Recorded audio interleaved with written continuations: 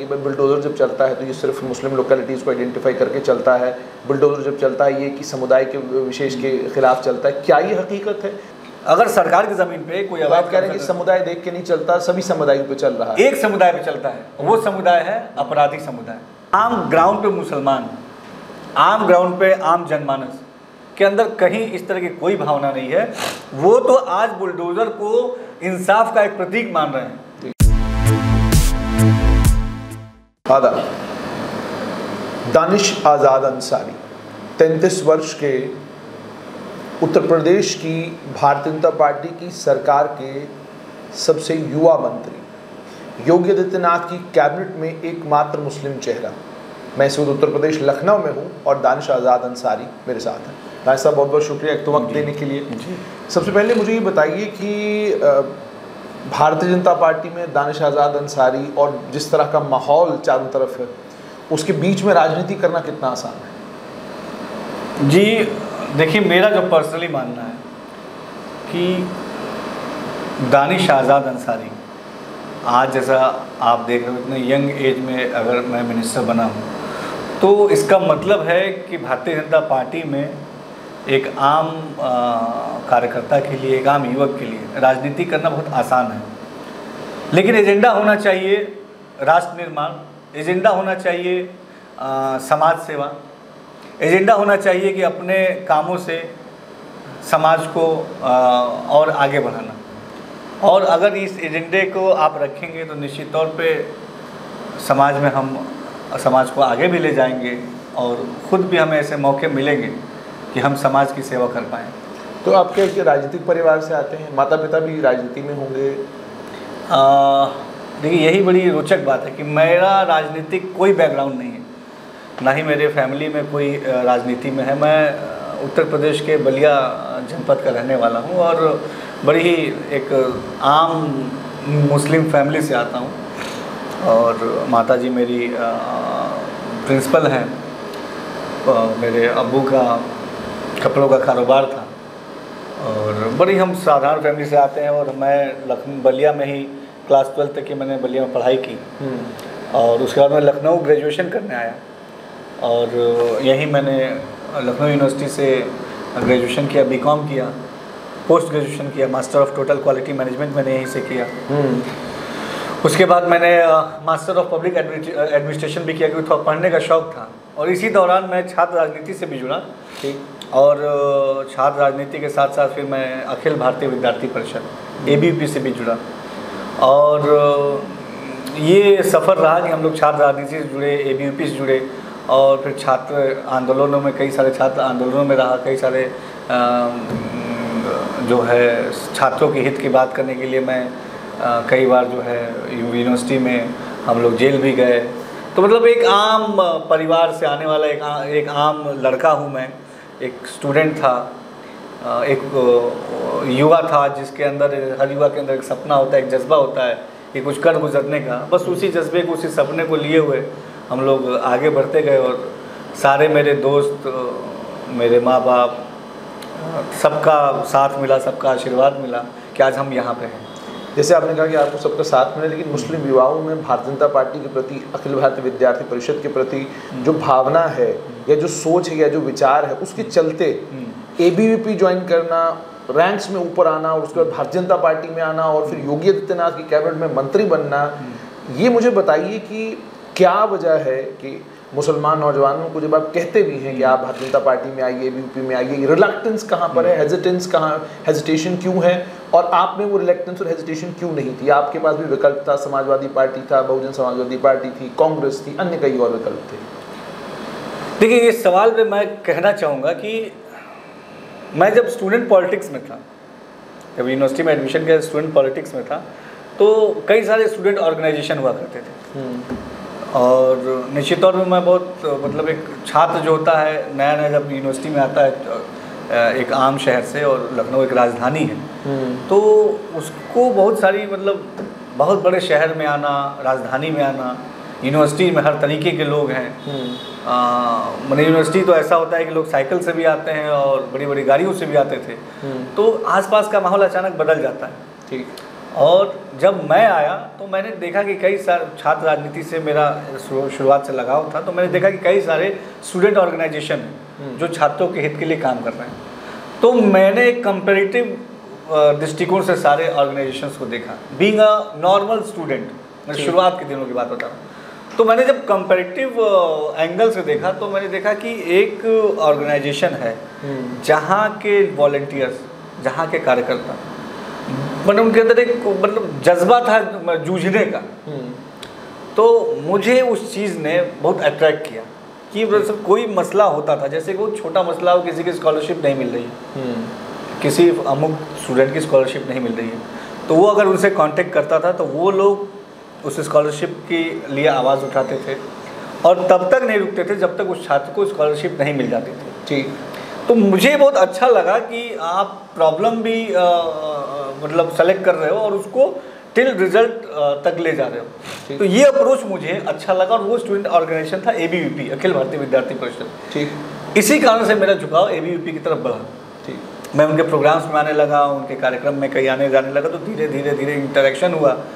और जब मैं वहाँ सबसे मिलता था तो मुझे बड़ा अच्छा लगता था, क्योंकि वहाँ बड़ी मतलब पॉजिटिव बात होती थी, छात्र हित की बात होती थी, समाज हित की बात होती थी, कैसे अपने छात्रों के वेलफेयर के लिए काम करना है, कैसे हम छात्र मिलकर अपने समाज को आगे ले जाएं, कैसे जो छोटी छोटी समस्याएं उसको हम आगे बढ़ के सॉल्व कर सकते हैं। क्योंकि यूनिवर्सिटी में आने वाला पूरे प्रदेश से, हर गांव से, हर शहर से आता है, बड़े आम परिवार का भी होता है, बहुत मतलब अच्छे परिवार का भी होता है। तो एक आम स्टूडेंट की भी प्रॉब्लम हम उतनी ही संजीदगी से लें जितना एक अच्छे स्टूडेंट के, अच्छे घर के स्टूडेंट्स की लेते हैं।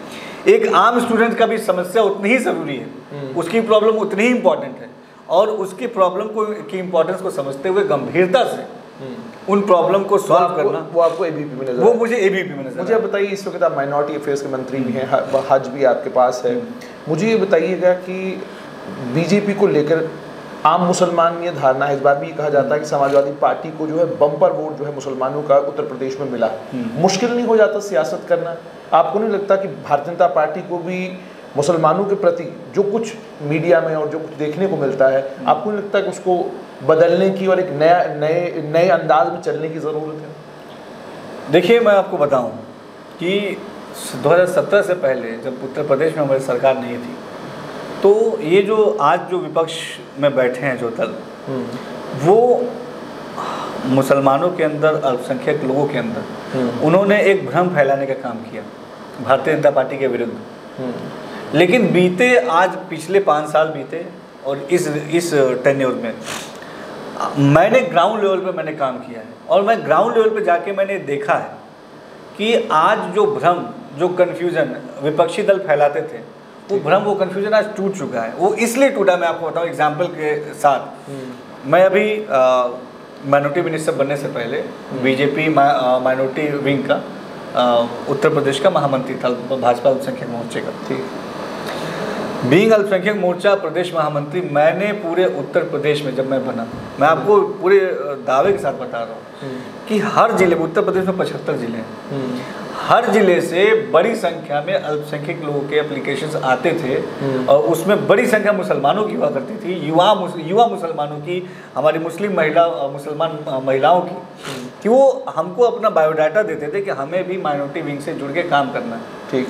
क्योंकि बीते 5 साल में जो 17 से पहले विपक्षी दलों ने भ्रम फैलाया था कि भारतीय जनता पार्टी की सरकार आ जाएगी तो ऐसा हो जाएगा, वैसा हो जाएगा, बहुत बुरा हो जाएगा, तमाम सब ऐसे कन्फ्यूजन फैलाए। लेकिन 2017 से लेकर 22 तक जो हमने पूरी ईमानदारी से ग्राउंड लेवल पर काम किया सबके लिए, चाहे वो किसी जाति धर्म मजहब का हो, सबके लिए हमने पूरी ईमानदारी से काम किया। और एक और मैं आकर आपको बता दूं कि जो भी सरकार की योजनाएं थी, चाहे वो राशन योजना हो, चाहे आयुष्मान योजना हो, चाहे प्रधानमंत्री आवास योजना हो, चाहे अन्य कोई भी योजना हो, हर योजना का बड़ा लाभ अल्पसंख्यक समुदाय को, खास तौर पे मुसलमानों को मिला। लेकिन फिर ये जो बार बार कहा जाता है कि भाई बुलडोज़र जब चलता है तो ये सिर्फ मुस्लिम लोकेलिटीज़ को आइडेंटिफाई करके चलता है, बुलडोज़र जब चलता है ये कि समुदाय के विशेष के खिलाफ चलता है, क्या ये हकीकत है?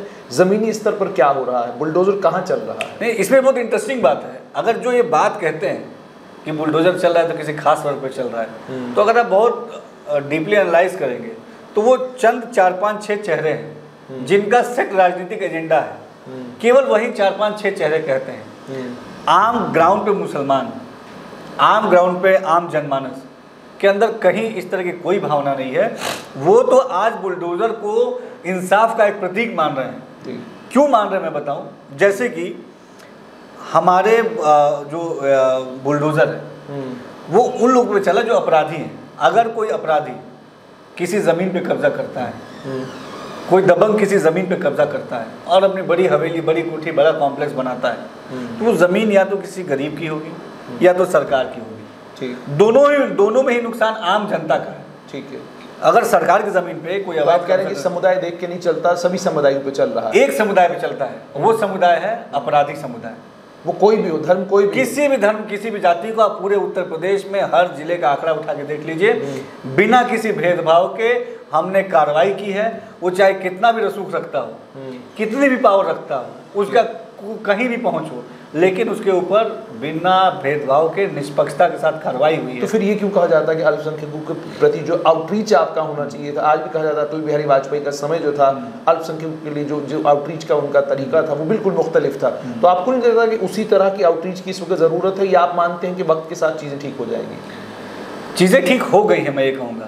आप ये देखिए 2022 के चुनाव का आंकड़ा उठा कर देख लीजिए, तो हमारे जो वोटिंग परसेंटेज है, माइनॉरिटी जो वोट करती थी, उस वोटिंग परसेंटेज में इजाफा हुआ है। 8 से 9% का एक आंकड़ा है कि हम लोग को वोट मिला है। यानी मुसलमानों ने 8 से 9% मुसलमान, बड़ी संख्या में मुसलमानों ने। और एक और अल्पसंख्यक मोर्चे की मैं बात बताऊँ, पूरे उत्तर प्रदेश के हर जिले से हमने टीम बनाई है, और मैं आपको बताऊँ 35,000 से ऊपर हमारी संख्या। अगर थोड़ी सी फराख दिली दिखाने से आपको अल्पसंख्यक जो है भारी तादाद में वोट डालना शुरू कर दें, तो उसमें दिक्कत क्या है? नहीं, हमारे जो ही ऐसा होता है कि ज्ञानवापी मस्जिद आ जाएगी, कुछ और आ जाएगा, कुछ ना कुछ आप ऐसा लाएंगे कि कहीं भी हमने कोई भी भेदभाव नहीं किया। आप कोई भी, मैं दावे के साथ कहता हूँ, कोई भी सरकारी आंकड़ा उठा के देख लीजिए, जहाँ सरकारी योजनाओं का लाभ सबको बिना भेदभाव के मिला है। और आप तो खैर आप कैमरा उठा के किसी भी अल्पसंख्यक बहुल बस्ती में जाइएगा, आप देखिएगा प्रधानमंत्री आवास योजना का बड़ा लाभ हमने दिया है मुसलमानों को। एक छत जो होती है ना, मैं आम परिवार से आता हूँ, एक मकान बनाना किसी के लिए सपना होता है। पूरे जीवन भर की लोग कमाई करके अपना मकान बनाते हैं। वो छत, वो आसरा, वो हमने उन सहयोग किया है उनको देने के लिए, क्योंकि हमारी जिम्मेदारी थी। मैंने हमने कोई बहुत मतलब कमाल का काम नहीं किया, ये मेरी जिम्मेदारी थी। और भारतीय जनता पार्टी, हमारी सरकार, आदरणीय मोदी जी, आदरणीय योगी जी जनता की सेवा को अपनी जिम्मेदारी मानते हैं, और हम पूरे ईमानदारी से जनता की सेवा के लिए, जनता की भलाई के लिए काम कर रहे हैं। आज आप देखिए, अभी मैं कल परसों मऊ था, आप कभी मऊ जाइए, गाजीपुर जाइए, इधर आप बरेली जाइए, सहारनपुर जाइए, हर जगह आपको, कल शाम को हरदोई भी था, हर जगह जो है आपको डेवलपमेंट दिखेगा माइनॉरिटी बहुल क्षेत्रों में। अभी हम ITI भी बना रहे हैं अल्पसंख्यक बहुल क्षेत्रों में, हॉस्पिटल्स भी बना रहे हैं, सामुदायिक केंद्र भी बना रहे हैं। तो हमारा मतलब ये है कि उनके इंफ्रा डेवलपमेंट के लिए भी हम काम कर रहे हैं, उनके एजुकेशनल डेवलपमेंट के लिए भी हम काम कर रहे हैं, उनके एम्पावरमेंट के लिए भी हम काम कर रहे हैं। तो हम हर एंगल को, हर पर्सपेक्टिव को बहुत संजीदगी से देख रहे हैं, और तमाम एंगल पे हम पूरी गंभीरता से काम कर रहे हैं। आप किसी भी ज़िले में जाकर देख लीजिए, कहीं कोई शिकायत नहीं आई है, कहीं से भी पूरे उत्तर प्रदेश में, कि किसी भी माइनॉरिटीज़ ने, किसी मुसलमान ने कहा हो कि हमको किसी योजना का लाभ नहीं मिला है, हमको इस जाति धर्म होने की वजह से। थोड़ा समय है मेरे पास, लेकिन आपसे जानना चाहूँगा कि ये जो वोट फिर समाजवादी पार्टी को पड़ा है, कहा जा रहा है कि 80% वोट मुसलमानों को समाजवादी पार्टी को पड़ा है, इसका कारण क्या है?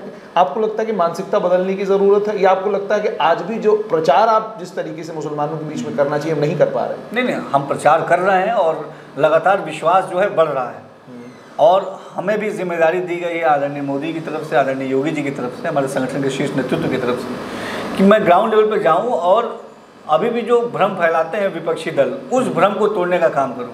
और मैं पूरी ईमानदारी से, पूरी मेहनत से ग्राउंड लेवल पे जा रहा हूँ। अगर आप मेरा सोशल मीडिया आप देखें, या 2024 के चुनाव में बदलाव हुआ मिलेगा उत्तर प्रदेश, बहुत बड़ा बदलाव आपको 2024 में दिखेगा, और बड़ी संख्या में माइनॉरिटीज़ और ख़ासतौर पर मुसलमान समुदाय आदरणीय मोदी जी के जो नीति है उस पर विश्वास करके आप देखिए 2024 में उन्हें वोट करेगा, और हमारी जो सेवा भाव की जो नीति है ये सभी को पसंद आ रही है। और इसीलिए हमको लगातार, आप देखिए 2017 का चुनाव हो, 2019 का लोकसभा चुनाव हो या 2022 का विधानसभा चुनाव हो, हर चुनाव में हमको जनता का प्यार मिल रहा है, हर धर्म के लोगों का वोटिंग परसेंटेज हमारी तरफ बढ़ रहा है।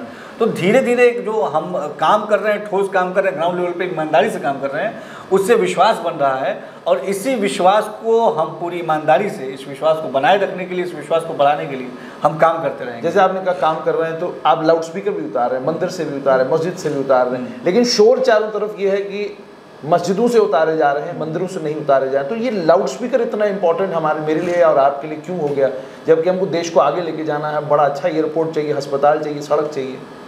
देखिए, इस समाज को आगे ले जाने में सारे एलिमेंट्स चाहिए, ठीक है ना। जैसे एक अच्छा डिश बनाने के लिए आपको सभी इंग्रेडिएंट्स चाहिए। आपको सब्जी भी अच्छी चाहिए, आपको आँख का भी टेम्परेचर अच्छा चाहिए, आपको अच्छे बर्तन भी चाहिए साफ़ सुथरे, तभी एक अच्छी डिश बनेगी। और तो उसी तरह अपने समाज को आगे ले जाने के लिए हमको सारे एंगल्स को हमको देखना पड़ेगा। हमको एयरपोर्ट भी अच्छे चाहिए, हमको स्कूल्स भी अच्छे चाहिए, हमको रोजगार भी अच्छा चाहिए, हमको एक सुरक्षित समाज भी चाहिए, हमको एक आदर्श समाज भी चाहिए। लेकिन मुसलमान पूछ रहे हैं कि अजान कैसे दें? अब अजान देने के लिए तो लाउड स्पीकर नहीं, हर जगह नहीं हटे। आप जहाँ भी मानक के अनुसार एक हमारे सरकार कानून की व्यवस्था है, उसको सभी को फॉलो करना चाहिए। ठीक है ना। जैसे कि बिजली चलती है, मीटर लगता है, इंपॉर्टेंट है, वैसे ही अगर लाउड स्पीकर लगता है तो उसका आज से ही नहीं, पहले से ये लॉ है, हमने नहीं बनाया, हम बस उस लॉ को इम्प्लीमेंट कर रहे हैं। आपने दोनों जगह से हटे। आप कहीं भी उठा के देख लीजिए, किसी भी शहर में एक पक्षी कार्रवाई कहीं नहीं हुई है। हर जगह निष्पक्षता से कानून का पालन हुआ है। इल्लीगल कहीं भी होगा उतर जाएगा। और एक और खुशी की बात बताऊं मैं, हमने अपील की और आम जनमानस ने उसको माना। आप देखिए, बड़ी संख्या में लोगों ने, चाहे किसी भी जाति धर्म के लोग हों, खुद आगे बढ़े और उन्होंने लाउड स्पीकर या तो हटाया या तो उसका वॉल्यूम कम किया। तो आप देखिए कितना महान उदाहरण उत्तर प्रदेश ने देश में नहीं पूरी दुनिया में पेश किया है। एक ये मिसाल है कि हम अगर कोई बात कहते हैं, हमारी सरकार कोई बात कहती है, तो आम जनमानस ये मानता है कि ये उनके हित की बात है। लोग कहते हैं डरा के रखा है। नहीं, डरा के कहीं नहीं रखा। अगर डरा के रखता तो अपने मन से हटा। एक भी कोई अपनी घटना हुई, कहीं भी कोई पुलिस से कोई भिड़ा, कहीं नहीं भिड़ा।